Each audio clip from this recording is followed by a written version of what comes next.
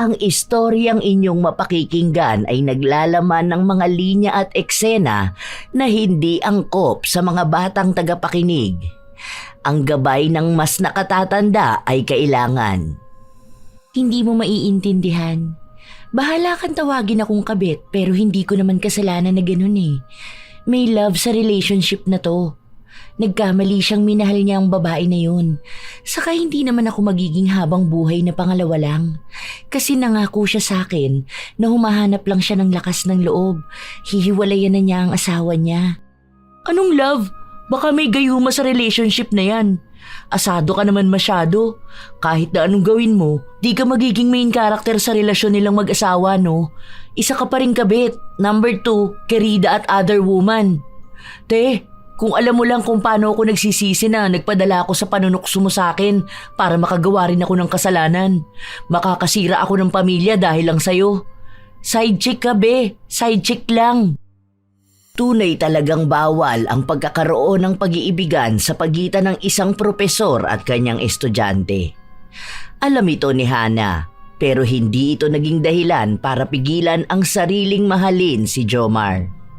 Ang bawal na pagtingin din na ito ang siyang magtutulak sa kanyang kumapit sa itim na mahika para lang makuha ang kanyang ninanais. Ngunit ito rin pala ang magdadala sa kanya sa isang yugto ng buhay niyang pagsisisihan niyang pinili. Magagawa pa nga kaya niyang makalaya sa bawal na pag-ibig o yayakapin na lang ang kasalanan na ito hanggang lamunin siya ng kadiliman. Oo, talaga. Promise, hindi ako nagbibiro. Ang baho niya. Pati hininga niya, amoy anghit.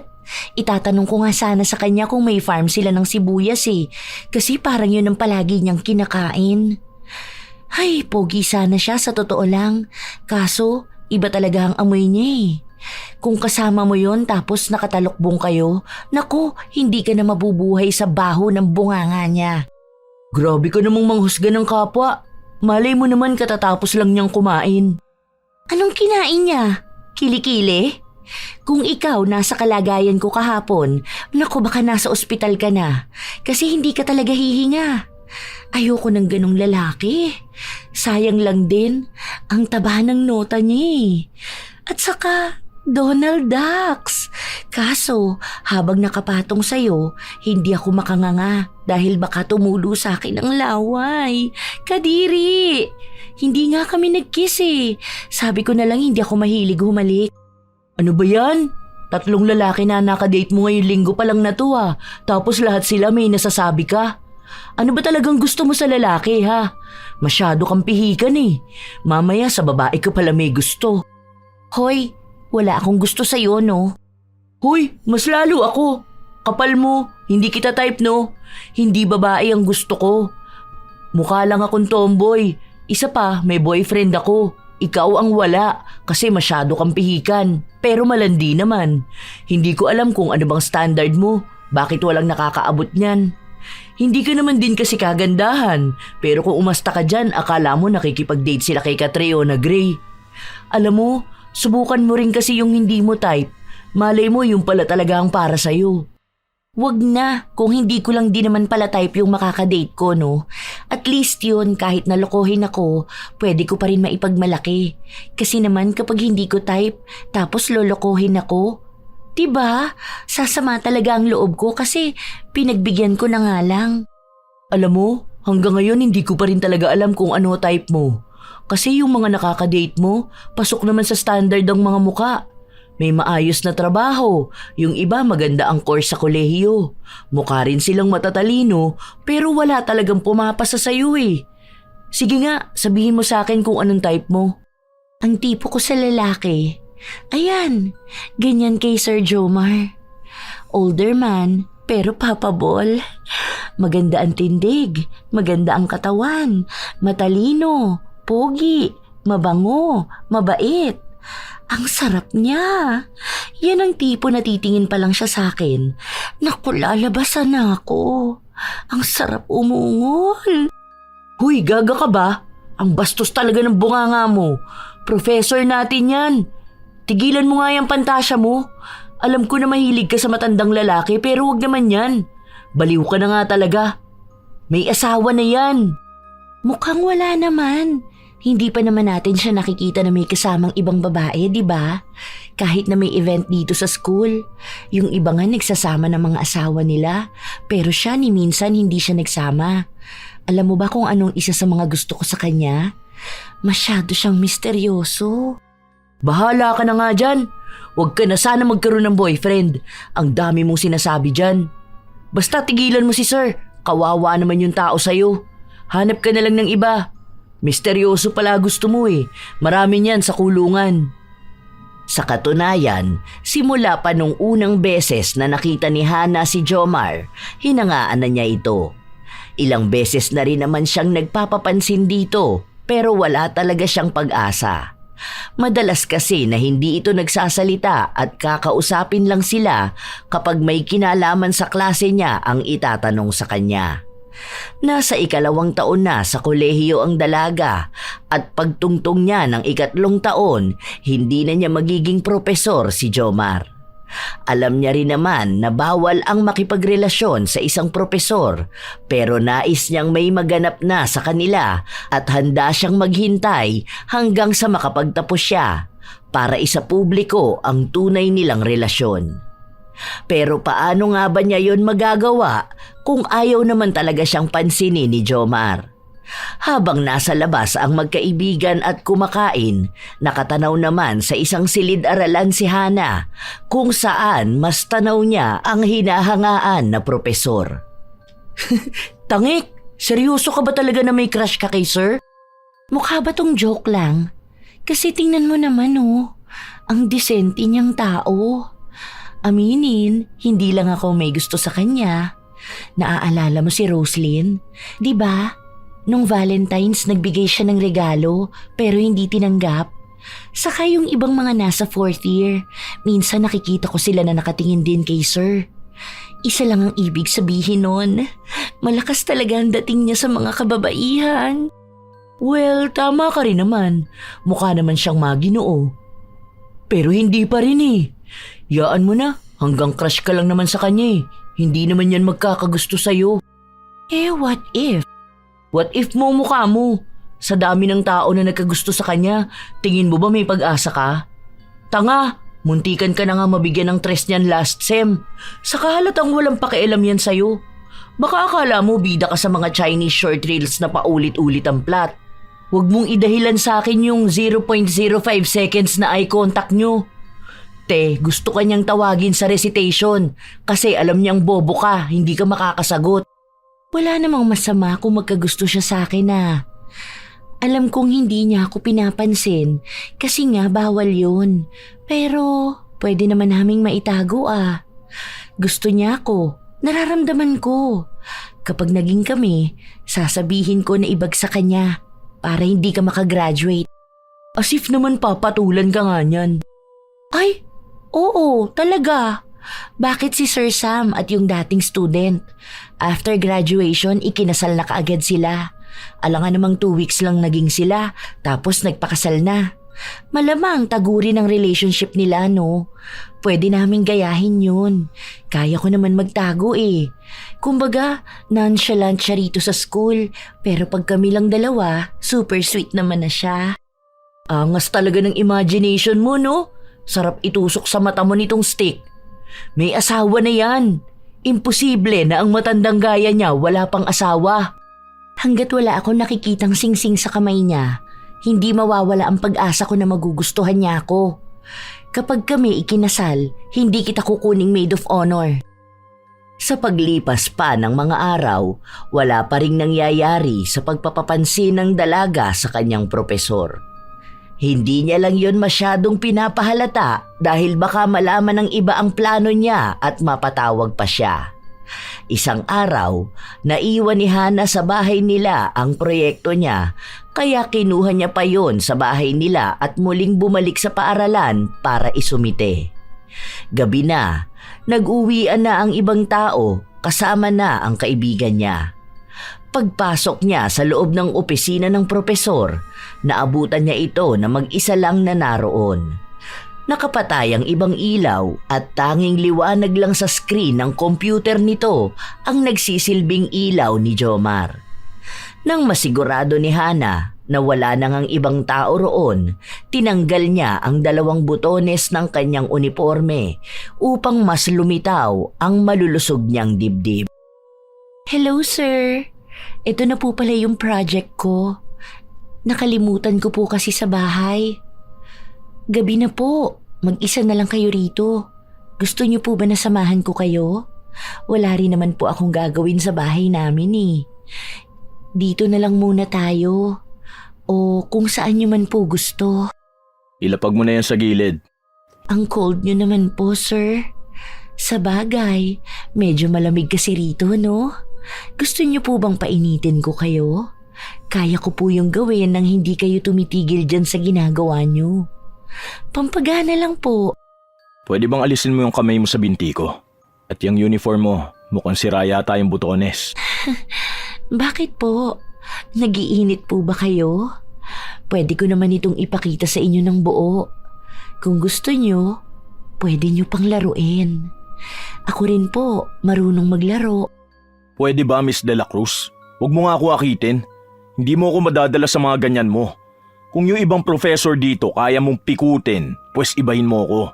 Hindi ako pumapatol sa mga estudyante ko. Kung wala naman ang gagawin dito, umalis ka na. Dahil baka may makakita pa sa atin kung ano pang isipin. May asawa na po ba kayo kaya ganyan ka sa akin? Hindi ba ako maganda? Hindi ba mukhang masarap ang katawan ko? Professor ako at estudyante kita. Yun lang ang relasyon na meron tayo. Kung walang kinalaman sa tinuturo kong itatanong mo, wala akong dapat ipaliwanag sa'yo. Hindi mo na kailangan pang malaman kung may asawa na ba ako dahil labas ka na sa personal kong buhay. Alam ko naman na gusto mo rin ako. Hindi mo lang mailabas. Magaling naman ako magtago eh. Hindi tayo mahuhuli ng kahit na sino. O kahit pa may asawa ka, hindi niya tayo mahuhuli. Akong bahala sa'yo. Alam ko, hahanap-hanapin mo rin to. Subok na to. Marami nang nabaliw sa akin. Isa pa, sinisiguro ko sa'yo na hindi ka na makakapag-aral dito. Lumabas ka na kung ayaw mong hilahin pa kita palabas. Ano pang hinihintay mo? Labas! Sus, ang arte mo ha. Feeling virgin ka dyan. Tingnan mo nga nakatayo na yan. Pigil na pigil ka eh. Pagbibigyan naman kita. Bahala ka dyang sumakit yung puson mo. Inis na umalis si Hana. Hindi niya matanggap na sa dami ng lalaking may gusto sa kanya, hindi niya makuha ang gusto niya. Sa pagpapatuloy ng klase nila, para bang naging baliwala lang kay Jomar ang pang-aakit sa kanya ng dalaga. Habang pilit naman na umiiwas ang propesor, patuloy namang nagpupumilit si Hana. Alam niyang hindi kayang tiisin ng mas matagal ng mga kalalakihan ang tawag ng laman. Nararamdaman niya na unti-unti na rin namang bumibigay sa kanya si Jomar. Hanggang sa isang araw, may isang magandang babae ang sumundo rito. Sa palagay ng lahat, yon ang asawa ng pantasyang propesor ng karamihan. Malay mo naman pamangkin niya lang. Mukha namang kaedad lang natin eh. Or baka nasa 30s pa lang yun. Imposible na yun ang asawa niya. Ang sweet kaya nila. Akala ko nga magkikis sila eh. Okay lang din naman kung asawa yun ni sir. Ang ganda naman kasi. Kahit naman ako gugustuhin ko ang ganung babae. Mukhang may class, tapos ang ganda pa ng katawan. Mukhang pang model. Aray ha, sana nagpasintabi ka na lang muna. Nandito pa ako Ano naman pakialam ko kung nasasaktan ka? Totoo naman talaga na wala kang panama sa asawa niya, no? Tigilan mo na kasi ang pantasya mo kay sir. Halata namang sobrang loyal sa asawa niya eh. Wag mo na namang idadahilan sa akin na baka hindi sila kasal kasi wala ngang singsing. Malay mo na wala lang yung kay sir. Wala lang yung singsing sa kamay niya pero hindi naman nawawala sa puso niya ang babaeng mahal niya. Wala yan. Hindi totoo ang loyalty ng mga kalalakihan, no? Baka natatakot lang yun magloko. Tingnan mo nga, halata naman na nagugustuhan na niya ako. Pustahan tayo. Kapag ako pinatulan ni sir, ibibigay mo sa akin ang allowance mo ng buong buwan. Ano, deal? Ay, ayoko nga. Kahit na alam ko naman na hindi ka papatusin nun. Hanap ka na lang ng iba. Yaan mo, kapag dumating na pinsan ng boyfriend ko, ipapakilala kita sa kanya. Huwag ka na mapili masyado sa lalaki. Dun ka na sa tunay na single. Huwag ka na mang-agaw. Uso ang ahas, huwag ka na makisabay sa trend. Ang daming pwedeng gawing boyfriend, yun pa talagang may asawa ang gusto mo. Kahit na anong sabihin ng kaibigan niya, wala pa rin yung talab kay Hana. Hindi nawawala sa kanya ang pag-asa na makukuha niya ang lalaking gusto niya, kahit pa sabihin ng iba na meron na itong asawa. Isang linggo pa ang lumipas. Nagplano ang dalaga ng isang bagay na tingin niya ay hindi na magagawa pang tanggihan ng kanyang propesor. Naiwan sa loob ng silid-aralan sina Jomar at Hana. Gabi na at maulan sa labas. Wala na ring gaanong tao. Nang sandaling mamatay ang ilaw, napasigaw si Hana at kahit na nasa malayo siya nakaupo, nagawa niya pa ring lumapit sa propesor at kumandong dito. Natatakot ako, sir. Ang dilim. Tapos may kidlat pa akong naririnig. Pwede bang huwag kang umupo sa harapan ko? Baka mamaya may makakita sa atin mag-isip pa na masama. Sa susunod huwag mong uugaliin na lumingkis bigla sa lalaki dahil baka kung anong mangyari sa'yo. Alam kong nalilibugan ka sa akin, sir. Ilang beses ko namang sinabi sa'yo na pwede naman talaga Itago na lang natin. Sumubo ka muna kasi para malaman mong nakakabaliw nga. Ano ba? Huwag kang bastos. Huwag mong dilaan ang pisngi ko. Alam ko na yung mga panghihina na yan. Huwag mo na kasing pigilan, sir. Pwede ako kahit saan. Magaling din ako sa kahit na anong pwesto. Nang muling magkaroon ng kuryente, itinulak ni Jomar ang dalaga kaya napaupo ito sa sahig. Hindi na naghintay pa na umapila si Hana dahil kahit na walang dalang payong si Jomar, lumabas siya sa silid. Inis lang ang tanging mababakas sa mukha ni Hana habang nakatanaw siya sa propesor na naglalakad palayo. Isinusumpa niya sa kanyang sarili na darating din ang araw na siya naman ang hahabulin nito at magmamakaawa rin ito para sa atensyon niya. Kinabukasan, hindi nakapasok ang propesor nila sa kadahilan ng may sakit ito. Kaya naging bakante ang oras nila. Nakatambay lang ang magkaibigan sa isang bakanting silid-aralan na tanging silang dalawa lang ang naroon. Paano naman kasi hindi magkakasakit? Matanda na yung tao, nagpaulan pa. Ikaw talaga may kasalanan nun Kundi ka lang sana nuknukan ng landi. Anong ako? Hindi naman siya magkakasakit kung sinamahan niya akong magpatila ng ulan.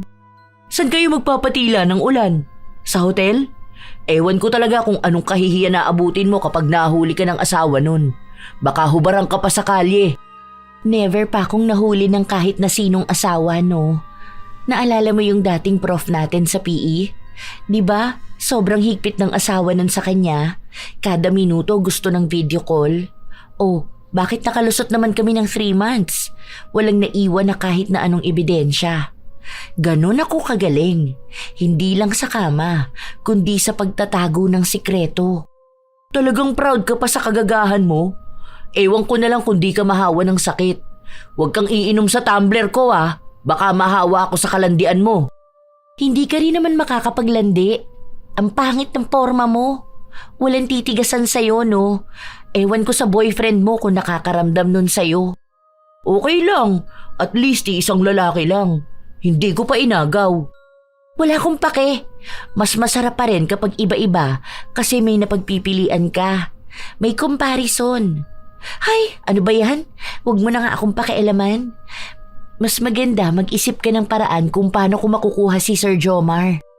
Aba, ayos ka. Kakasabwatin mo pa ako sa pagiging malandi mo. Tama na yung mga reto-reto ko sa'yo ng lalaki. Hindi ko na kaya yung pangaagaw mo ng asawa ng iba. Baka karmahin ka na niya ng todo, girl.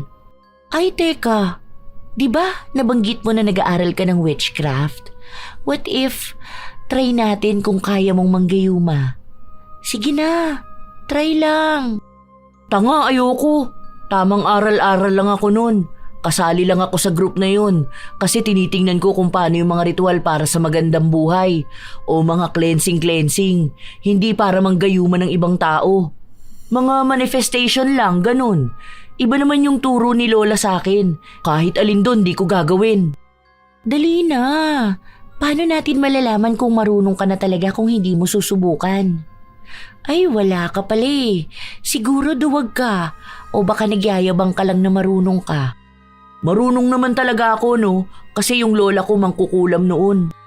Hindi, wala. Eme-eme mo lang din yan. Para lang magmukha kang cool. Gagamitin mo kunwari na natuto ka sa lola mo ng black magic. Pero ang totoo, wala ka naman talagang kakayahan. Hindi totoo yan, ah. Marunong talaga ako. Naaalala ko pa yung turo sa akin, tapos inaaral ko naman talaga yun. Hindi ko pa lang talaga ginagawa dahil ayaw ko. Sige nga, kung talagang may natutunan ka sa turo sa'yo ng lola mo, gawin mo nga. Pakitaan mo na kaya mo nga. Mamaya mema ka lang. Mema kwento lang. Ayoko nung mga sabi ni lola na maganda raw ang energy ko kaya madali akong matututo ng black magic. Yung mga ganyan mo, gawa-gawa lang yata eh. Wala to, hilig sa imbento. Kung ako ang lola mo, baka bumangon na ako sa hukay at sinampal na kita. Hindi ako nag-iimbento! Sinabi ko na nga na kaya ko eh. Sige nga. O, kung totoo yung sinasabi mo, hinahamon kita. Gayumahin nga natin si Sir Jomar. Doon lang natin malalaman na totoo yan kapag umipekto talaga. Kung hindi man, isa lang ang ibig sabihin. Wala ka talagang kakayahan. Aral-aral ka pa kunwari, hindi mo naman talaga kaya. Bakas na sa mukha ni Aileen ang inis. Kilala ni Hana ang kaibigan. Ayaw nun nang minamaliit ang kakayahan niya. Kaya patuloy na sinusubok ni Hana ang pasensya ng kaibigan dahil alam niya na papatunayan ni Aileen ang kanyang sarili. At sa oras na gawin niya yon, maisasakatuparan na rin ng dalaga ang masama niyang balak sa propesor. Hindi nga siya nagkamali dahil ng gabing yon, nagtungo silang dalawa sa bahay ni Aileen. May mga gamit naman na ang kanyang kaibigan. Inutusan lang siya nitong gawin ang kung ano-anong bagay na may kinalaman sa pagriritual. Sure ka ba na need pa talaga ng dugo ko? Para sa naman to? Akala ko ba gusto mong gumana ng mas mabilis ang gayuma? Sundin mo na lang ang sinasabi ko sa'yo. Talagang gagana yan ha? Huwag mo sinabing minamaliit ang kakayahan ko eh. Baka mainis ako sa'yo, kulamin na rin kita. Bilisan mo na, huwag ka na dyan mag-inarte. Ikaw naman ang may gusto nito eh. 7 araw pa ang hinintay nila bago magkaroon ng pagbabago kay Jomar. Inoobserbahan nila kung nakakaramdam na ba ito ng pag-ibig kay Hana. Pero bigo sila dahil wala namang nagbago sa pakikitungo sa dalaga. Wala, peking mangkukulam ka. Hindi naman epektibo ang ginawa mo. Sa halip na mapalapit siya sa akin, mukhang lumayo pa lalo ang loob. Kahit anong gawin ko ngayon, ayaw na akong pansinin. Hindi pa naman tapos ang 7 days, di ba? Baka mamaya yan. Masyado ka kasing inhit. Araw-araw ka ba naman nag-aabang at nagdududa sa ginawa ko? Bakit sa mga napapanood ko, kapag ginayuman nila biglaan na lang magkakagusto sa kanila? Tapos tayo dapat pa maghintay ng 1 week. Ang hina mo naman pala. Bakit hindi ka nagpagawa ng gayuma dun sa napanood mo? Kung mabilis pala sa kanila, bakit sa akin ka lumapit, ha? Ikaw na nga lang ang tinutulungan eh. Mali na nga tong ginagawa ko tapos sa akin ka pa nagagalit. Bahala ka nga dyan. Nakakabwisit ka. Hoy, saan ka pupunta? Sandali lang. Ito naman, binibiro ka lang, nagagalit ka na. Aileen! Hindi lumingon ang kanyang kaibigan. Tuloy-tuloy lang itong umalis. Alam ni Hana na naiinis na talaga sa kanya ang kaibigan niya dahil sa lahat pa naman ng ayaw nito ay ang minamaliit ang kanyang kakayahan. Nanatili na lang muna si Hana sa loob ng blangkong silid kung saan naghihintay siya ng isang himala. Nagbabaka sakali na baka nga magkaroon ng bisa ang gayuma na ginawa niya. Nang pauwi na siya, biglang umulan kaya sumilong siya sa isang tindahan. Napansin naman niya sa hindi kalayuan ng propesor. Mukhang palapit ito sa kanya. Walang ibang ekspresyon sa mukha ni Jomar. Tara na, sumabay ka na sa akin hanggang sa sakayan ng jeep. Hala, sure ka po ba, sir? Baka mabasa tayo ng tuluyan yan. Ang liit pa naman po ng payong nyo. Pwede po ba akong yumakap sa inyo para po magkasya tayo? Ikaw ang bahala. Hindi na pinakawalan ni Hana ang pagkakataon. Talagang idinikit niya ang kanyang malulusog na dibdib sa katawan ng propesor. Habang naglalakad sila, lumakas lalo ang ulan. Dahil doon, sumilong sila sa harapan ng isang hotel. Nakaisip si Hana ng dahilan para pumasok sila. Hindi naman umapila ang propesor, para siyang naging isang robot na sunod-sunuran sa dalaga. Ramdam na ni Hana na baka yun na nga ang dulot ng gayuma, dahil kung nasa katinoan si Jomar, mas gugustuhin itong mabasa ng ulan kaysa samahan ang ibang babae na pumasok sa isang hotel. Unti-unting kumilos si Hana. Nagparamdam siya ng init ng kanyang katawan. Hanggang sa kusa na ring bumigay si Jomar. Maririin ang mga halik nila hanggang sa meron na ngang nangyari sa kanila. Pakiramdam ni Hana na siya na ang pinakamasayang babae sa mundo dahil nakuha niya rin ang kanyang pantasya. Ibig bang sabihin ito? Pumapayag ka nang magkaroon na tayo ng something? Pero ayokong may makakaalam na iba. Pwede bang kapag nasa klase tayo, magpanggap ka na lang na normal lang lahat sa atin? Oo naman. Wala namang problema sa akin. Kaya kong magtago. Basta sa akin ka lang, ha? Hindi ko sigurado. May asawa ako, pero ayoko na sa kanya, matagal na. Nasasakal ako sa relasyon namin. Ayun naman pala eh. Hiwalayan mo na. Andito naman ako. Mamahalin kita ng buo. Tatanggapin kita kahit na anong mangyari. Kung may mga anak man kayo, okay lang sa akin. Aalagaan kita. Hindi mo maiintindihan dahil hindi pwede. Kasal kaming dalawa at ayaw niya ako makipaghiwalay sa kanya. Wala akong pakialam kung kasal kayong dalawa. Basta ako ang piliin mo. Pwede naman ako maging kabit ngayon.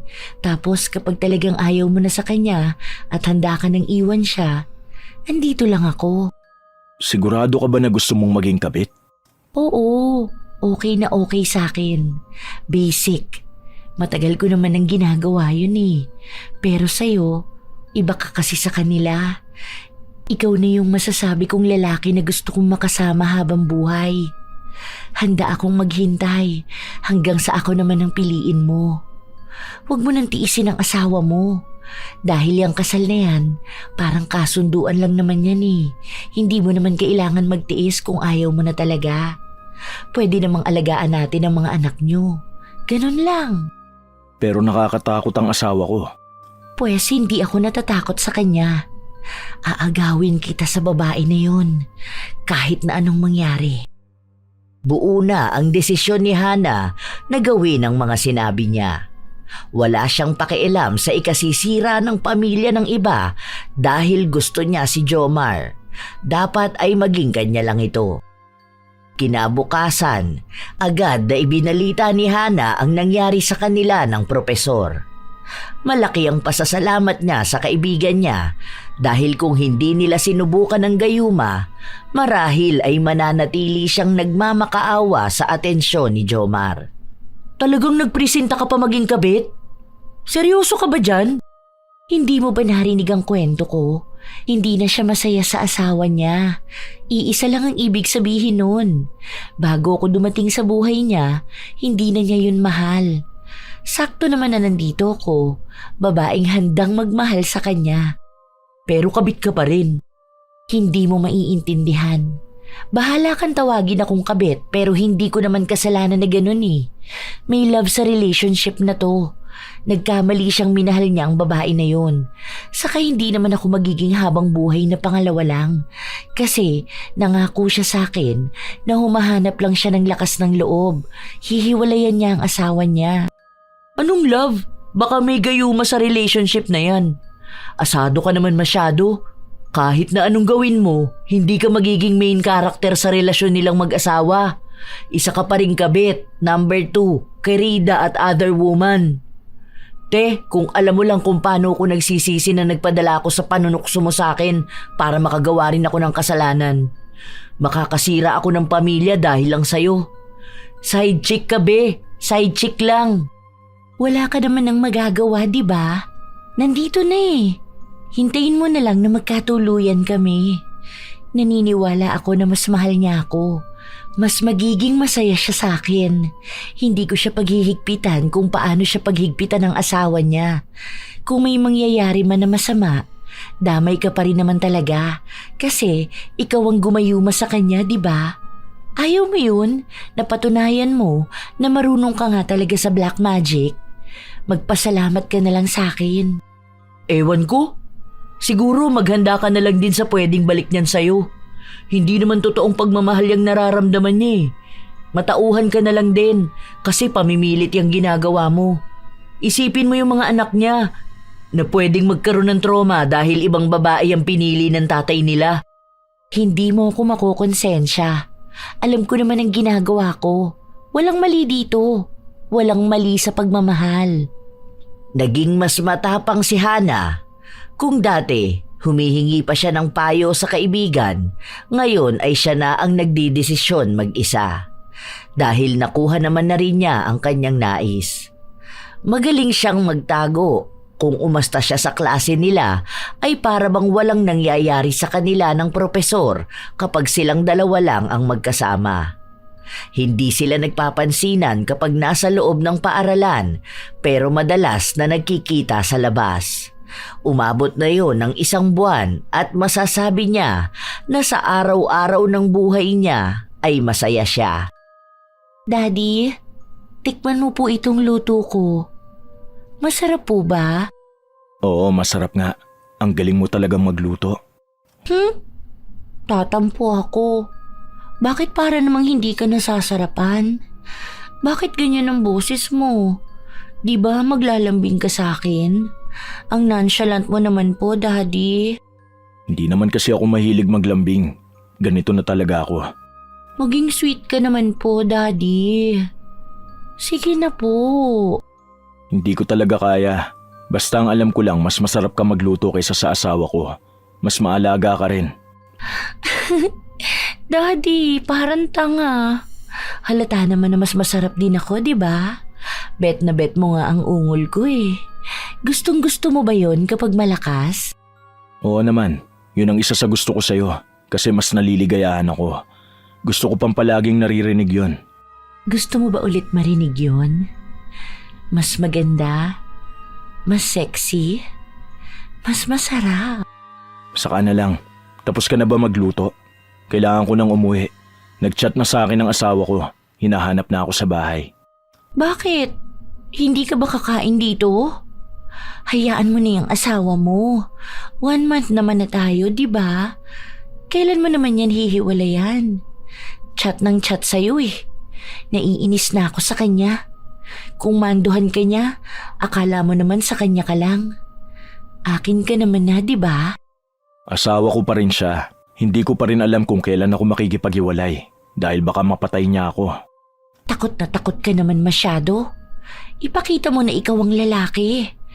Hindi yung isang sabi niya lang sa'yo, nanginginig ka na. Dito ka na lang sa bahay matulog. Ako lang naman ang mag-isang nakatira rito. Tara na, kumain na tayo. Bukas na lang pupunta ulit ako rito para makasama mo ko. Kailangan ko nang umuwi. Nalilito na si Hana sa kung paano ba umiepekto ang gayuma.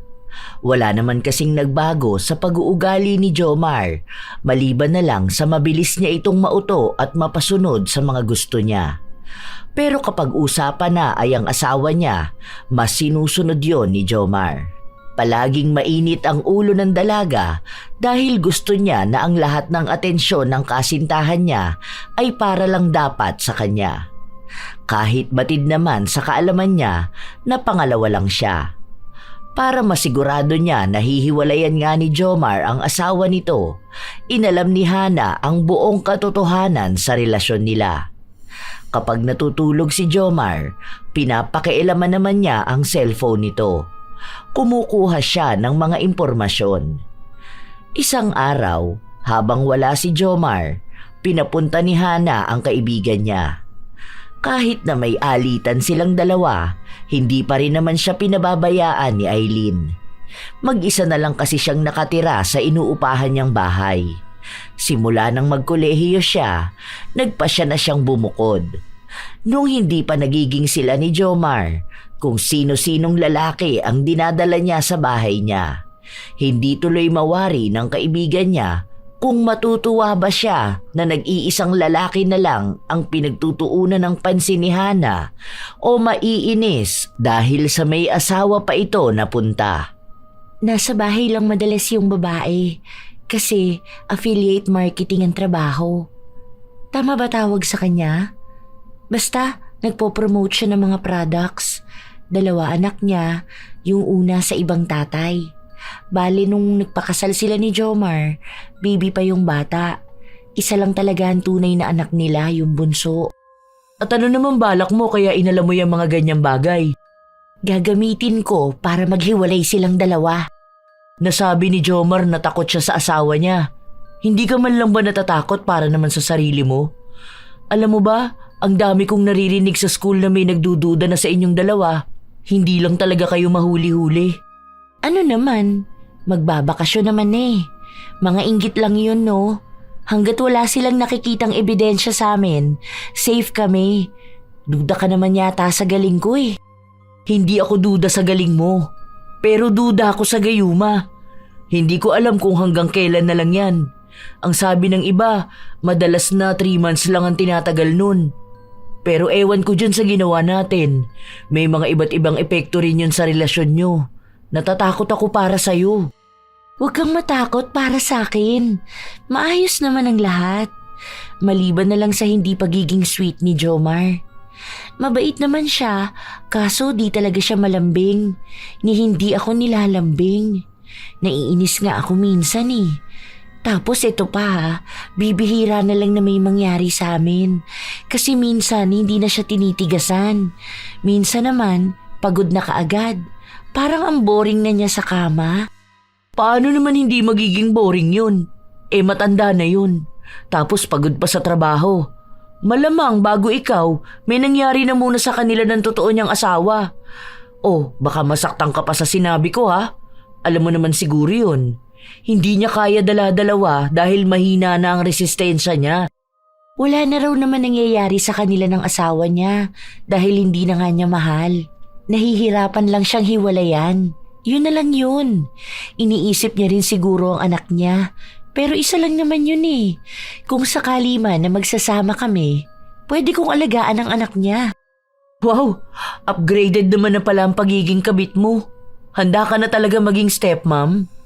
Hay, basta. Bahala ka sa desisyon mo sa buhay mo. Kahit naman anong sabihin ko sa'yo, hindi mo rin naman ako pakikinggan, di ba? Mas gugustuhin mo pa rin yung si Sir Jomar kahit na alam mo may asawa na. Ewan ko ba sa'yo? Kung naging tao ang katangahan, ikaw mismo yun. Ang pagiging kabit pala talaga pinipili, hindi aksidenteng nangyayari. Isa pa, bakit ganun ang gayuma niya? Iba yun sa inaasahan ko. Di ba dapat baliw na baliw siya sa akin? Handa niyang gawin ang lahat makasama lang ako. Kahit na may asawa pa siya, ako pa rin ang pipiliin niya. Bakit itong sa kanya, mas inuuna pa rin niya ang asawa niya? Para naman siyang hindi nagayuma eh. Gusto ko yung sobrang lala. Alam mo na first time ko, di ba? Hindi ko naman kayang kontrolin yun, no? Baka kasi mas mahal niya talaga ang asawa niya, kaya hindi ganun kaepektibo ang nangyaring gayuma. Ang demanding mo naman. Pinupuntahan ka na nga at nakakasex mo na, tapos gusto mo pa maging mas malala. Hindi naman na siguro pwede yun. Ang mga kabit talaga ngayon, gusto sila na lang palagi ang sentro ng atensyon ng mundo. Kung ako sa'yo, hanggat maaga pa, tigilan mo na yung pakikiapid sa asawa ng iba. Dahil baka kapag dating ng panahon, pagsisihan mo talaga ng malala. Marami pang masasakit na salitang sinabi si Eileen sa kanyang kaibigan. Pero katulad ng kanyang inaasahan, hindi nga siya pinakinggan nito. Pinipilit pa rin ni Hana na siya ang para kay Jomar. Nang dumating ang bakasyon, bibihira na lang silang magkita ni Jomar. Nakakalabas lang kasi ito kapag may mahalagang gagawin dahil nga sa paghihigpit ng asawa. Isang araw, hindi na matiis pa ni Hana na maghintay sa hindi sigurado. Pinuntahan niya si Jomar sa bahay nito. Sakto naman na wala roon ang babae at ang 2 bata lang ang kasama ni Jomar. Anong ginagawa mo rito? Baka makita ka ng asawa ko. Daddy, miss na kita eh. Tara na sa bahay. Gusto na kitang makasama. Hayaan mo na kasi ang asawa mo. Sige na po. Kailangan kita, Daddy. Ilang araw na akong walang diligo. Mamayang gabi pupunta ako. Wag muna ngayon ha. Baka umuwi na yun at makita pa tayo. Sige na, pupuntahan kita mamaya. Promise mo yan ha. Nakapalit pa naman ako ng sapin ng kama. Pwede na ulit natin yung dumihan. Hihintayin kita ha. Nang makaalis na si Hana, sakto naman na nasa lubong niya ang asawa ni Jomar. Tiningnan lang siya nito pero halata naman na hindi siya kilala. Hindi na rin siya nag-abala pa na makipagmatigasan sa babae dahil alam niya na siya pa rin naman ang mas higit sa kanilang dalawa. Tinupad din ni Jomar ang pangako niya. Tumakas siya sa bahay nila para lang puntahan si Hana. Ano ba naman yan? Bakit ayaw mo? Ano, may nangyari ba sa inyo ng asawa mo, ha? Akala ko ba mas mahal mo ko? Pagod lang talaga ako. Hindi ba pwede na sa susunod na lang? Hindi rin ako mahilig sa ganito. Halos araw-araw kasi gusto mo may nangyayari sa ating dalawa. Hindi ka ba nagsasawa? Hindi naman pwede yung ganun. May pangangailangan din naman ako. Kung mahal mo ko, ibibigay mo yun sa akin. Dapat mas napapaligaya mo ko. Hindi pwede yung ganito. Tapos kapag pupuntahan mo ko, saglitan lang. Palagi pang kailangan mong maglaan ng mas maraming oras para sa asawa mo. Paano naman ako? Mahal kita pero hindi ko pwedeng iwan ang asawa ko. Papatayin niya ako. Kung papatayin ka niya, dito ka na lang sa akin. Papatayin niya tayong dalawa. Ganito na lang tayo. Di ba ang sabi mo okay lang naman sa'yo? Ang mahalaga, mahal natin ang isa't isa. Pwede naman tayong magtago lang. Ayokong mawala ka sa akin, Mami. Oo nga, pero sana gumagawa ka rin ng paraan para naman magkasama na talaga tayong dalawa. Kasi ako, gusto ko talagang ikaw ang maging asawa ko. Tutulungan naman kitang palakihin ang anak mo eh. Kapag nakapagtapos na ako sa pag-aaral, makakahanap na ako ng magandang trabaho. O di ba? Ang ganda na ng buhay natin. Hindi mo na kailangan sumama sa asawa mo. Maghintay ka pa ng konting oras ha. Ikaw lang ang mahal ko. Sa'yo ko nakita lahat ng hinahanap ko sa isang babae. Wala kang katulad, walang kapantay. Kahit naman ako, ikaw ang gusto kong maging asawa at makasama ng habang buhay. Pero sa ngayon, kailangan muna natin magtago. Pasensya ka na. I love you, Mami. Nakakainis ka talaga. Kahit wala kang kalambing-lambing, kuhang-kuha mo pa rin ako. I love you too, Daddy. Sinubukan ulit ni Hana na romansahin ang nobyo. Baka sakaling manumbalik ang init ng katawan nito. Nagtagumpay naman siya sa ginawa niya, kaya ng gabing yon ay may nangyari sa kanilang dalawa. Nagtiyaga na lang si Hana kahit na hindi siya nasiyahan sa kanilang pagtatalik. Nakukulangan siya sa mga kilos ni Jomar pero dahil mahal niya ito ay tinanggap na lang niya. Tuwing gabi na lang sila nagkikitang dalawa. Palaging tumatakas si Jomar sa asawa niya dahil kahit na anong gawin niya ay hinahanap-hanap niya rin si Hana. Hindi niya magawang makatulog kapag hindi niya ito katabi. Yun na lang ang pinanghahawakan ng dalaga na kahit na anong mangyari, siya pa rin talaga ang gustong makasama ng nobyo. Kung sakali na may magagawa lang siya para paghiwalayin ng dalawa, Ayaw pa rin namang isa publiko ng dalaga ang relasyon nila dahil pareha silang masisira. Mapapatalsik sa kanilang paaralan si Jomar at baka kapag sa iba na ito nagturo, may ibang babae naman ang umagaw rito. Malapit na ulit tayo makapag-date. Magpapasok ka na. Magkikita na ulit tayo araw-araw. Alam mo ba, para akong nababaliw kapag hindi ko nakikita ang mukha mo. Hinahanap-hanap ko pa ang amoy mo. Ang galing nga eh. Magpa 5 months na tayo, pero mahal na mahal pa rin natin ang isa't isa. 3rd year na ako sa pasukan. 1 taon na lang, pwede na nating ilabas tong relasyon natin. Hindi na ako makapaghintay. Bubuo na rin tayo ng sarili nating pamilya. Hindi na ako matatakot na gumawa ng hakbang para maagaw ka sa asawa mo. Yun ang gusto mo, di ba? Oo, sana nga maagaw mo na ako. Dahil pagod na ako makasama siya. Hindi katulad kapag ikaw ang kasama ko. Palagi ako nakangiti. Palagi mo ako napapasaya. Basta, dapat akin ka lang din ha. Baka may iba ka pang lalaki. Kung may iba ba akong lalaki, magsiselos ka ba? Oo naman, magagalit ako. Baka ako naman na makapatay ng iba. Dapat akin ka lang. Minsan nga kapag nakikita kong may mga lalaking umaaligid sa'yo, gusto ko silang saksakin. Wow! Ayun naman ang gusto kong marinig. Nakakakilig talaga kapag nakikita kong nagsiselos ka. Isa lang kasi ang ibig sabihin nun eh, na mahal mo talaga ako. Huwag ka mag-alala, hindi naman kita ipagpapalit sa iba. Tayo pa rin hanggang sa huli. Noong una, kayang panindigan ni Hana ang mga sinabi niya. Pero dahil sa taglay niyang kalandian, hindi niya pa rin maiwasan na makipagtalik sa ibang lalaki. Sa mga kalalakihan lang kasi na yun niya nakukuha ang kaligayahan na hindi maibigay ni Jomar. Alam niya sa sarili niyang mahal niya ang kasintahan, pero naghahanap pa rin siya ng taong papawi sa uhaw niya. Madali lang niyang nagagawa yun, lalo na kapag nasa klase si Jomar. Itinago ni Hana sa lahat ang sikreto niyang yun hanggang sa nalaman na lang yun ng kanyang kaibigan. Talagang nababaliw ka na?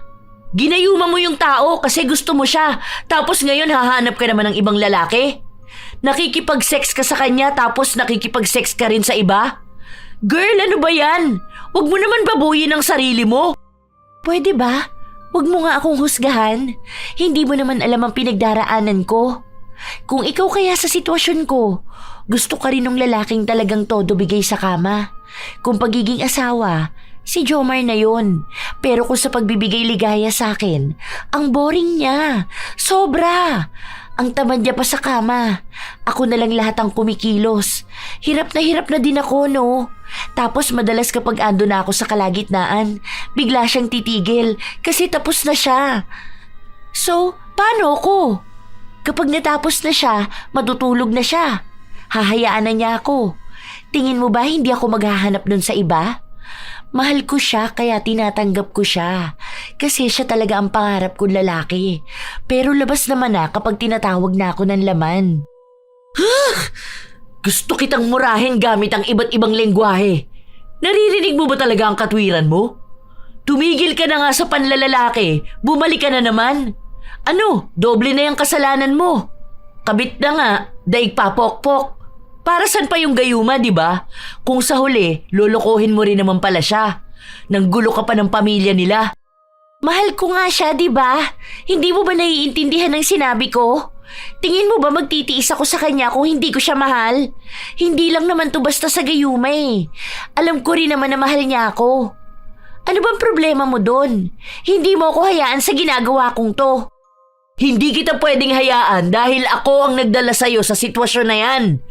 Ang tanga ko kasi. Ngayon ako ang mas nahihirapan kakaisip ng pwedeng mangyari kapag nawala na yung gayuma.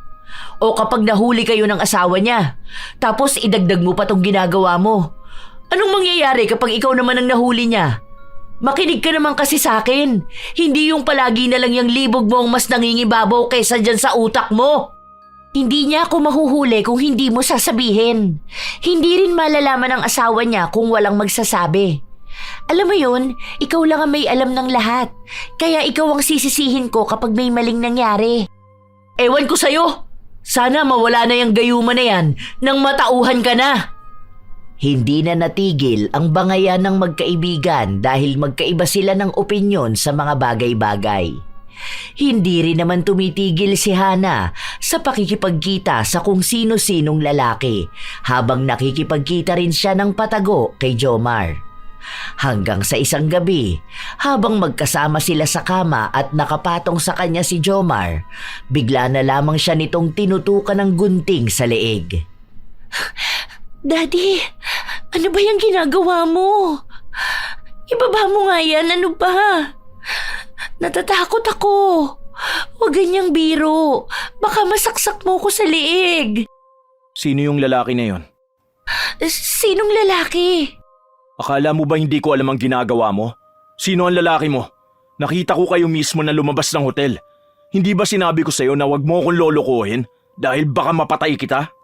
Wala akong alam sa sinasabi mo. Please, natatakot ako. Mahal na mahal kita, hindi kita lolokohin. At hindi kita ipagpapalit sa kahit na sino. Siguraduhin mo lang dahil baka mawakwak ang leeg mo. Yun ang unang beses na nakita ni Hana ang nobyo na ganun magalit. Dahil nakaramdam siya ng takot, itinigil muna niya saglit ang pakikipagkita sa ibang lalaki. Nakapag-usap din sila ni Aileen at sinabi sa kanya na maaaring isa nga yun sa epekto ng gayuma. Dahil mahal na mahal siya ni Jomar, hindi naman din yun papayag na may ibang lalaking gagalaw sa kanya. Lalo pa at hindi rin naman lubos na kilala ni Hana ang nobyo. Pero kahit na itigil ni Hana ang pakikipagkita sa ibang lalaki, may araw na hinahanap-hanap talaga yon ang katawan niya. Gusto niyang mas mag-ingat palalo dahil baka makita siya ni Jomar at tuluyan na siyang patayin. Isang araw, habang papasok sa paaralan si Hana, bigla na lang may humila ng buhok niya. Kinaladkad siya nito papasok sa loob ng paaralan habang isinisigaw na isa siyang kabit, mang-aagaw at babaeng mapanira ng pamilya. Gustong lumaban ni Hana pero malakas ang babae. Ilang sandali pa at pumatong ito sa kanya at pinagsasampal siya. Hindi niya magawang ipaglaban ang kanyang sarili at wala rin naman taong umaawat sa kanila. Hanggang sa unti-unti siyang hinuhubaran ng babae. Nang matanggal ang pang-itaas niyang saplot, muli siyang hinila noon at ipinagsigawan ang sikreto nilang relasyon ni Jomar. Wala nang mukha pang maihaharap si Hana sa lahat dahil nakita na rin pati ang katawan niya ng mga taong nakikinood sa kaguluhan. Natigil lang ang pagpapahiya sa kanya nang dumating si Jomar at Aileen. Agad na inawat ni Jomar ang asawa niya at si Aileen naman ay binalot ang hubad na katawan ng kaibigan. Agad din silang umalis. Nakakahiya. Anong gagawin ko? Hindi ko rin alam. Ang daing taong nakakita at nakarinig. For sure, ipapatawag kayo niyan. Ayoko nang mag-aral. Nakakainis naman. Bakit ba biglang nanggulo yung asawa ni Jomar? Hindi ko man lang naipagtanggol ang sarili ko. Buisit na babae yun. Pinahiya niya ako sa lahat. Hindi ako papayag na ganun lang yun.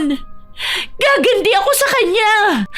Hindi ka makakaganti doon dahil halata namang baliwang babae na yun. Ngayon naiintindihan ko na kung bakit takot si Jomar sa kanya. Kasi kaya pala talagang pumatay ng asawa niya. Ito na nga ba ang sinasabi ko eh. Mas maganda siguro na itigil mo na lang din ang pakikipagrelasyon mo kay Jomar. Para sa ikabubuti mo. Bakit mo ba ako pinipilit na lumayo sa kanya? Dapat ang baliw na babae na yun ang lumayo sa kanya. Mahal ako ni Jomar. Mahal namin ang isa't isa. Dapat ang asawa niya ang umiwas. Pinahiya na nga niya ako ng ganon. Tapos ang tingin mo rito, ako pa ang masama. Ay, ano ba Hana?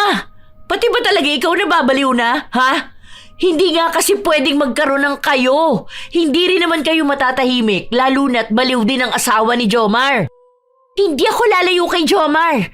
Hanggat ako ang pinipili niya, hindi kami maghihiwalay. Alam ko naman na maaagaw ko na siya sa asawa niya eh. Hindi ka talaga lalayuan ng tao dahil nasa ilalim siya ng gayuma. Utang na loob naman, Hana. Huwag mo naman sirain ang tuluyan ng buhay mo. Hanggat may pagkakataon ka pang tumakas ka naman na. Hindi ka lulubayan ni Jomar at lalong hindi ka lulubayan ng asawa niya. Huwag ko naman sanang mabalitaan na nasaksa ka na o mas malala pinatay ka na. Please, awa na lang sa sarili mo. Sinamahan muna ni Aileen ang kaibigan niya. Hanggang sa sumapit ang gabi, nagpakita na naman si Jomar.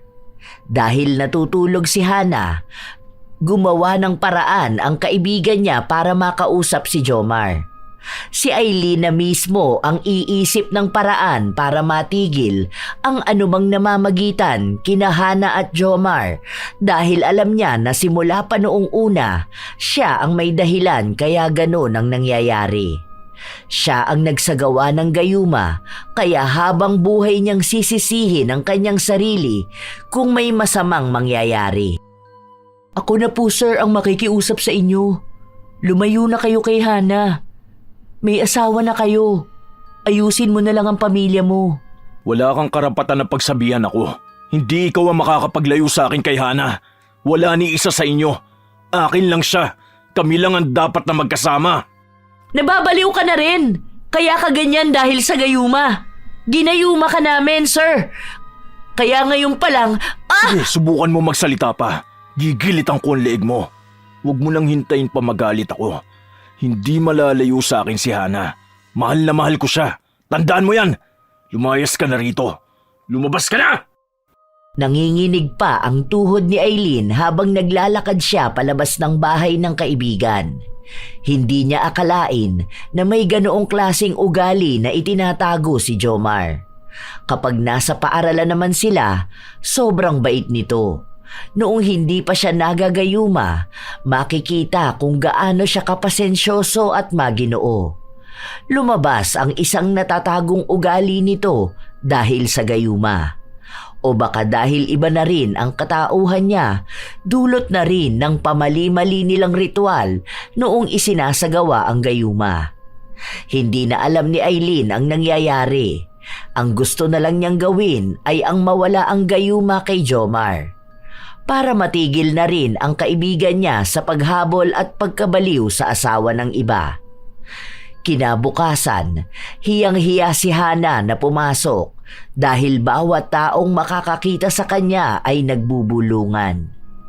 akala ata ng mga taong to malilinis sila. Wala naman akong ginagawang masama Hindi ko naman kasalanan na akong pinili ni Jomar.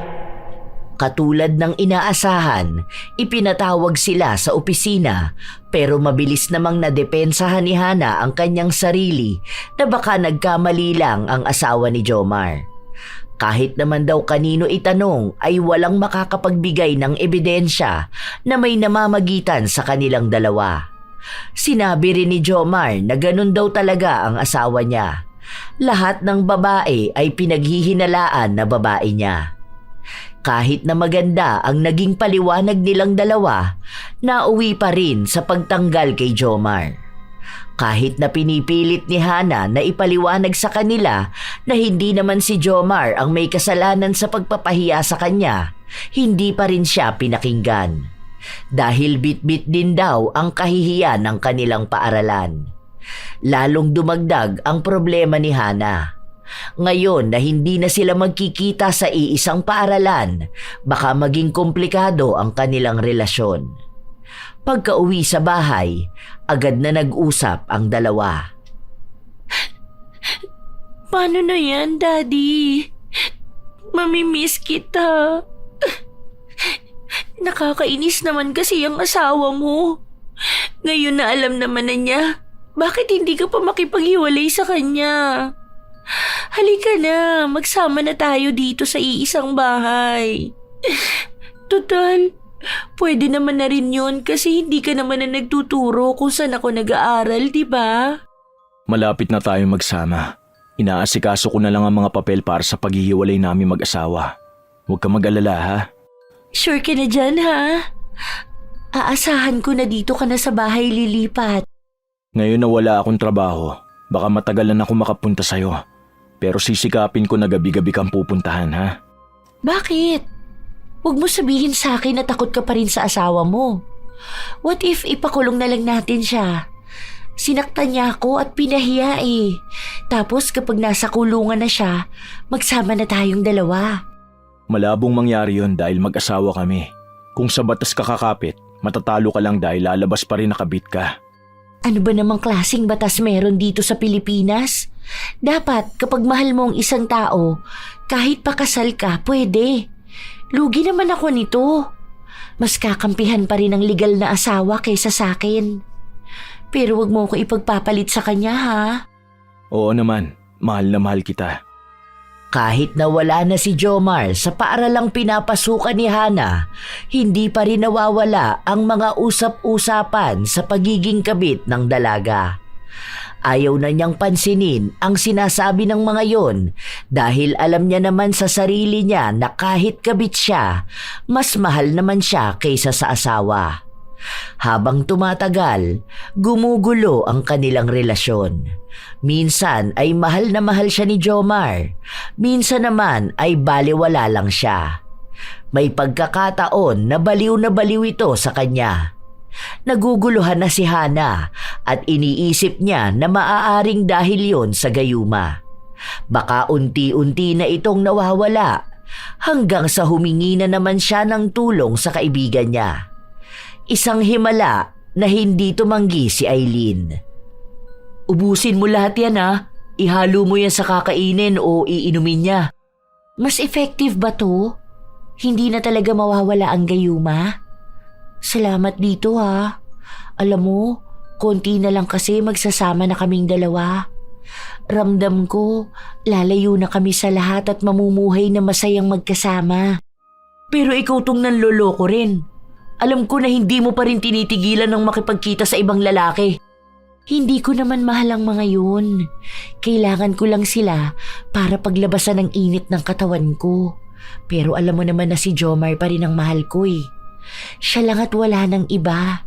Sa kanya ko nakikita ang masayang pamilya. Na magiging mabuting ama siya para sa magiging anak namin. Hihiling ka ng masaya at payapang pamilya mula sa lalaking inagaw mo sa asawa ng iba? Walang katahimikan sa ganun, Hana. Kung anong gulo ang idinulot mo sa iba, yun din ang higit na gulong dadaan sa pamilyang bubuuin nyo. Walang masayang galing sa agaw. Tandaan mo yan, Hana. Hindi na nakinig pa ang dalaga. Nagmamadali siyang umuwi para paglutuan si Jomar. Inihalo niya rin ang gayumang bigay sa kanya ng kanyang kaibigan.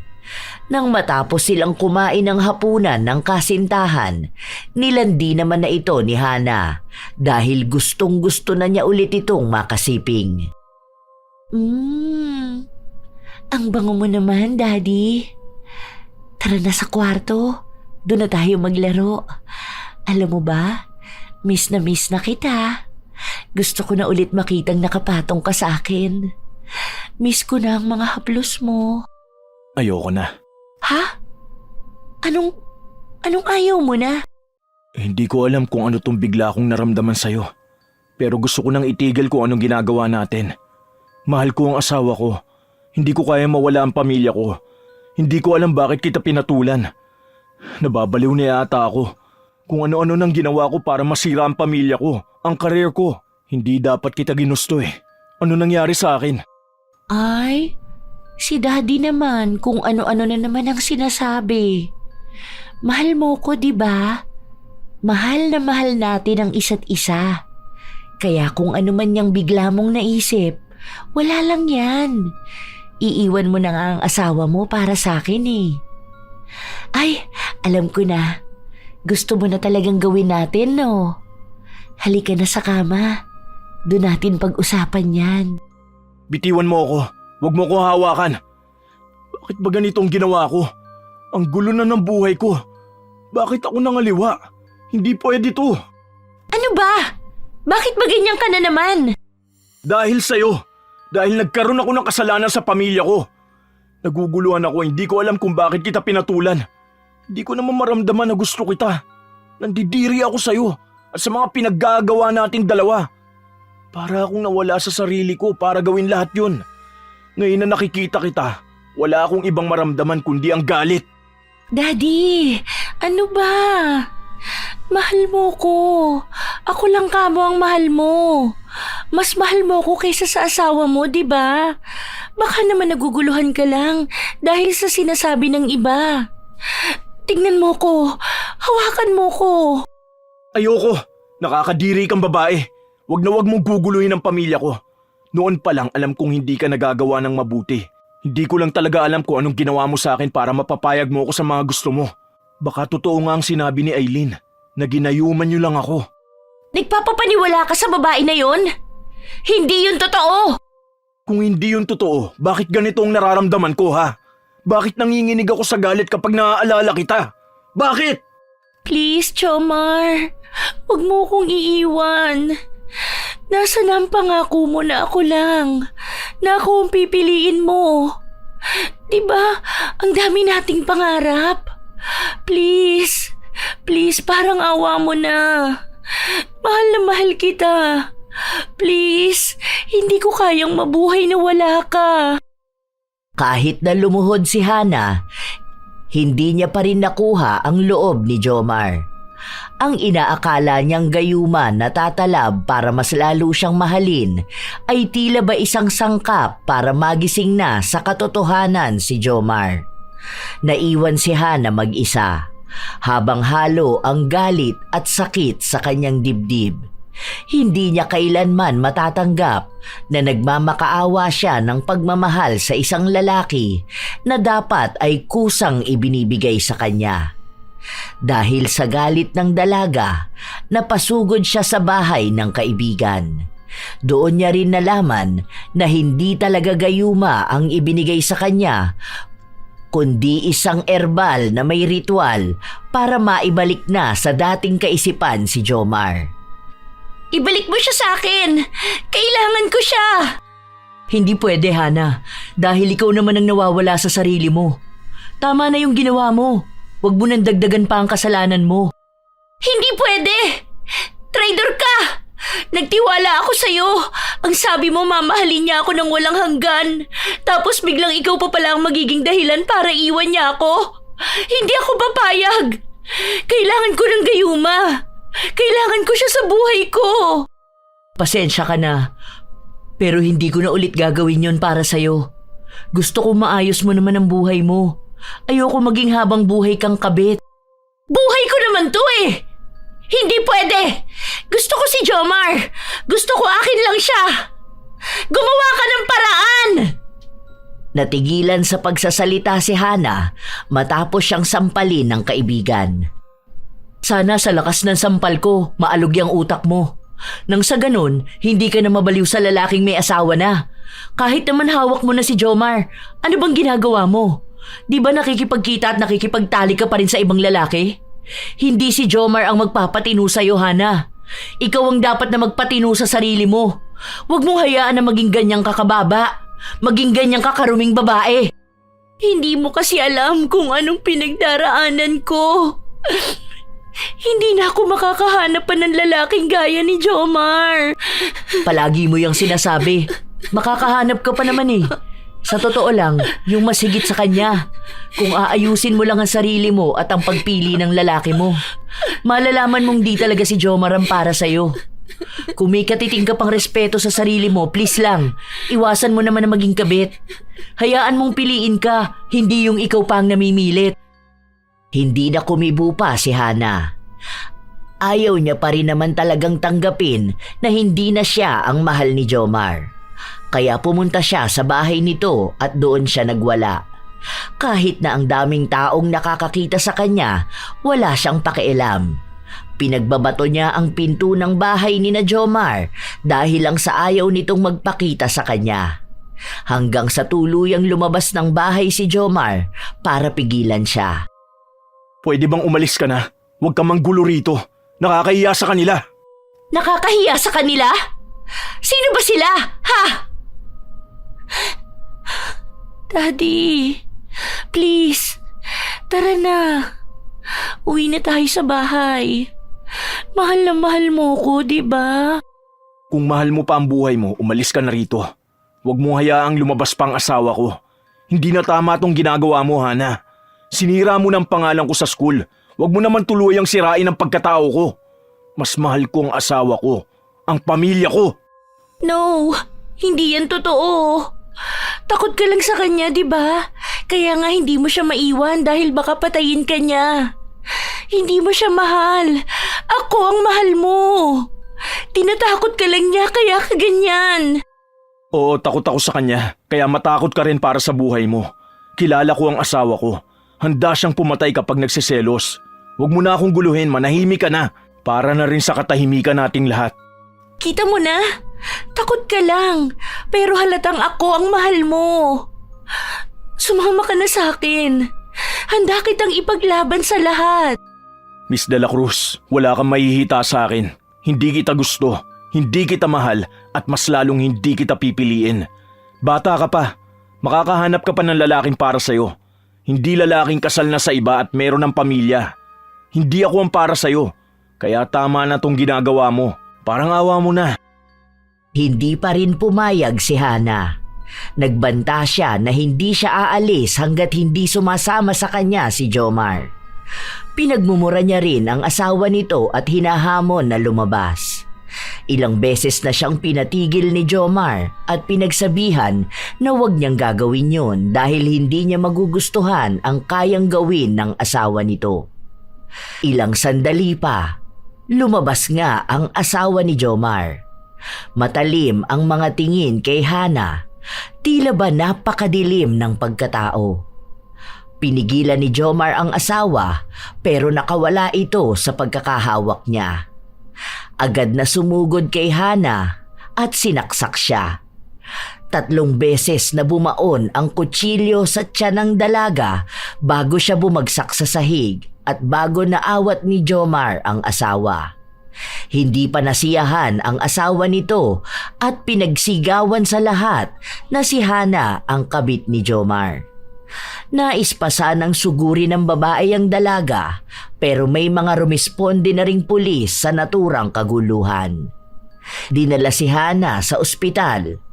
Mabuti na lang ay naagapan ang mga saksak niya bago siya maubusan ng dugo. Lahat ng kilos sa ospital, si Aileen ang gumawa. Hanggang sa nagising na rin si Hana pero hindi pa maayos ang kalagayan.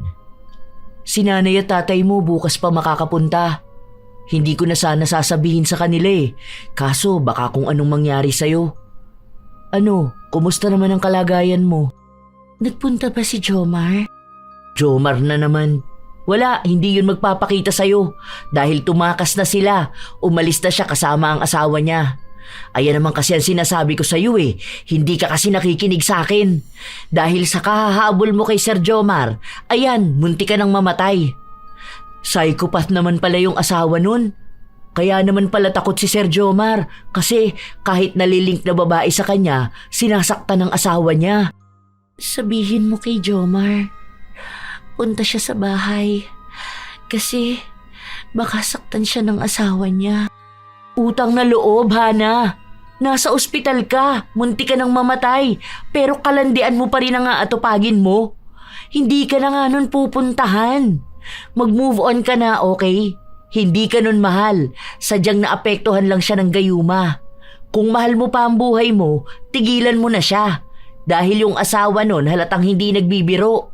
Mabuti na lang yan lang ang tinamu mo. Baka kung talagang walang nakaawat, tiyak nasa kabaong ka na ngayon. Pero, mahal ko si Jomar. Mahal niya ako. Paulit-ulit na lang tayo. Basta, wala na siya sa buhay mo. Isa ka na lang ding parte ng pagkakamali ni Sir Jomar na habang buhay niya ring pagsisisihan. Sana dumating na ang araw na makabawi ka na rin sa sarili mo. Pati yung mga pagkilala mo sa mga lalaking katawan lang ang habol sa'yo. Tigilan mo na yon dahil baka magkasakit ka pa sa ginagawa mo. Bata ka pa, Hana. Hindi pa huli ang lahat para magbago ka. May pag-asa pa ang buhay mo. Kahit na mahirap pakisamahan si Hana, hindi pa rin siya iniwan ng kaibigan. Si Aileen ang naging sandigan niya ng mga panahong hinahanap-hanap niya si Jomar. Pinapaalala palagi sa kanya ang maling nagawa niya. Huminto si Hana ng isang semester dahil kailangan niyang magpagaling. Hindi lang sa saksak sa kanya ng asawa ni Jomar, kundi pati na rin sa naging kabaliwan niya sa lalaking may asawa. Mahirap para sa kanyang tanggapin na hindi talaga sila ang itinadhana. Kahit na mahal niya si Jomar, unti-unti niya ring hinahayaan ang sarili na makalimot. Hindi man tunay ang naramdaman ni Jomar para sa kanya, alam ni Hana na tunay na pagmamahal naman ang ipinadama niya rito.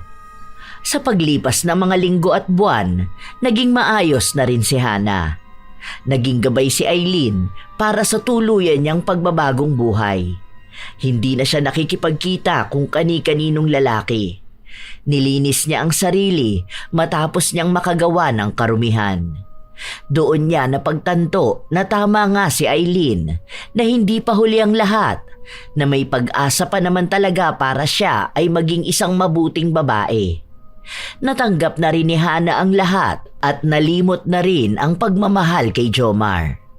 Unti-unti na ring nawawala ang isyu niya sa paaralan nang minsan siyang ipahiya ng asawa ng propesor. Para na siyang ibang tao, isang babae na alam ang halaga niya. Ayan, si Jonathan. Mabait yan. Pinsan niya ng boyfriend ko. Architect yan. Solid, walang sabit yan. Single na single. Akala ko ba bawal muna ako sa lalaki? Hoy, wala ko sinabi na bawal ka sa lalaki. Ang sabi ko, go ka sa lalaking pahahalagahan ka rin. Try mo na makipag-date sa kanya. Sigurado, pasok yan sa taste mo. Wish ko, sana makahanap ka na ng lalaking mamahalin ka at ibibigay sa'yo ng kusa ang pagmamahal ng hindi mo na yun ipagmamakaawa sa kanya.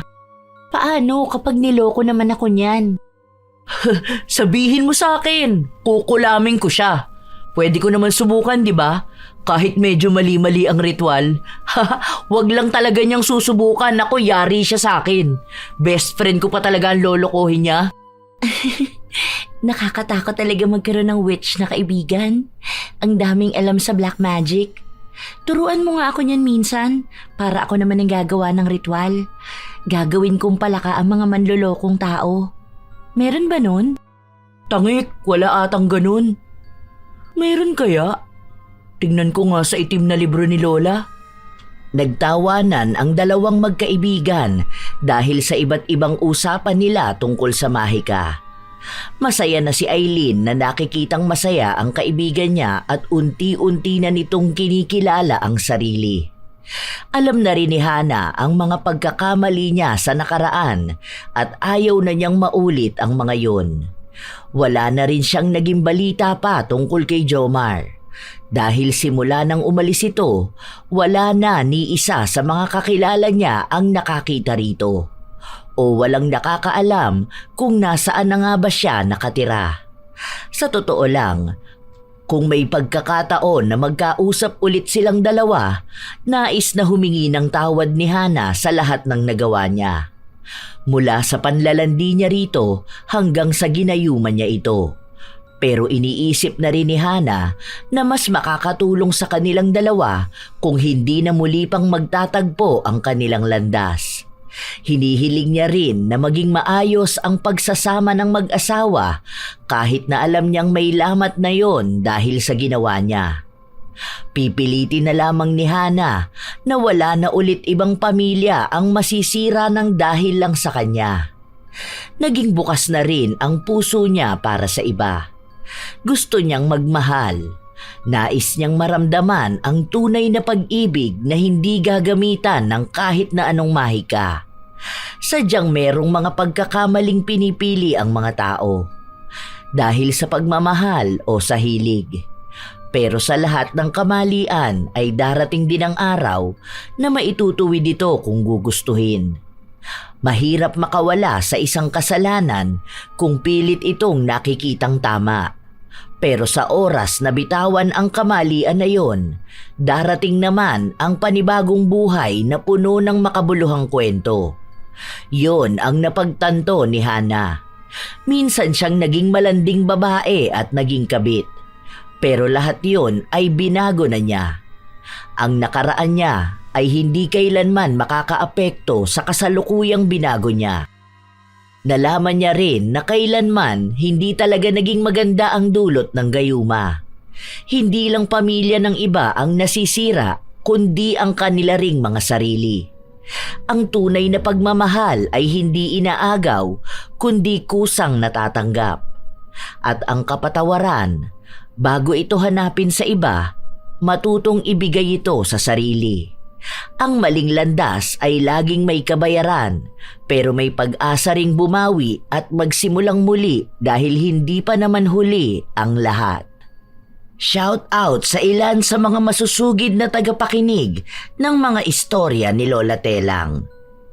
Sidney Crosswind, Supladang Pasaway, Perlin Nicor, Matt Sarol, Mary Jane Rico, Ann Callejo, Florence Hervasio, Jaja C. at sa lahat ng mga tagatahian ng C. Valle, Michelle Esperon at sa kanyang anak na si Renzo Esperon, Ilocana Vlog ng Qatar.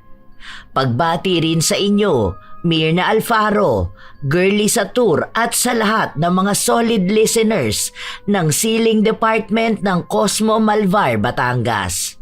Pax Jimenez, Rowena Melchor, Gracia Balitaan, Gloria Taer, Danica Dulnuan, Alma Naong, Mike James Tapak, Noemi Garcia Pabunan, Hay Kinarazon Yao, Azenar Noriv at Azenar Goodies, Jomer Suarez, Asteria Peliazo, Ami Bag, Cherry May Libiran, Lorena Morate, Ami Pakana, Dada Vlog, Sara Sahorda.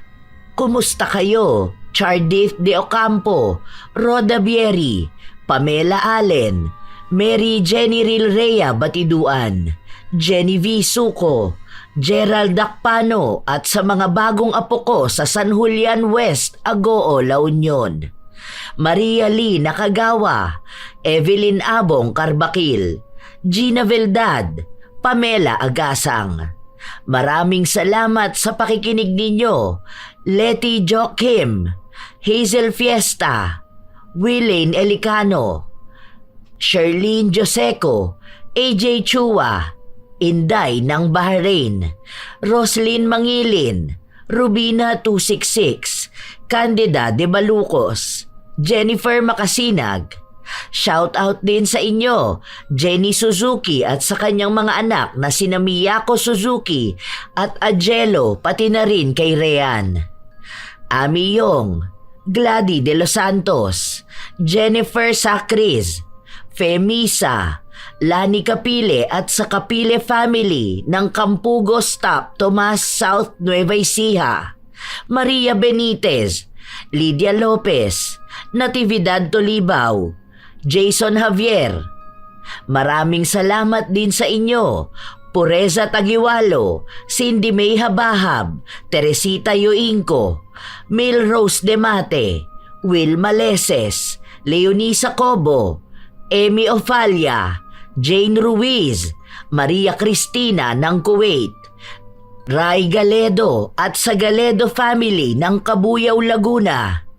Shout out din sa inyo, Frelin D. Panoncilion G, Ruben Channel, pati na rin sa mga pinsan niya sa Santa Cruz, Marinduque, sa Ruben family, Panuelos family, Decena family at Rico Hermoso family, Monica Cebuja, Krisha Ann de la Cruz, Geraldine Salin de los Santos at sa mga kasama niyang nakikinig na sina Jera, Je, Judith, Ram, Ralph at Madonna. Annalisa Malatbalat from Dalby, Queensland, Australia. Jayco, Noemi Kiambao at sa kanyang asawa na si Angelica Degano Talanya at sa kanyang kapatid na si Eddie Ace Aquino. Shout out din sa buong staff ng Cut Salon Iba Zambales at kay Boss Michael Longara, Annalisa Puaso, Rachel Whitney, Gia Gigi, Lovely Rose Roa at sa kanyang napakagandang anak na si Princess Rain Roa Alawami. Maraming salamat sa lahat ng magigiting na OFW sa lahat ng sulok ng mundo, lalong-lalo na sa mga walang sawang nag-aabang, nakikinig at sumusuporta sa mga istorya ni Lola Telang Channel. Ito ang inyong Lola Telang at aasahan ko kayong muli sa mga susunod pa nating mga kwento.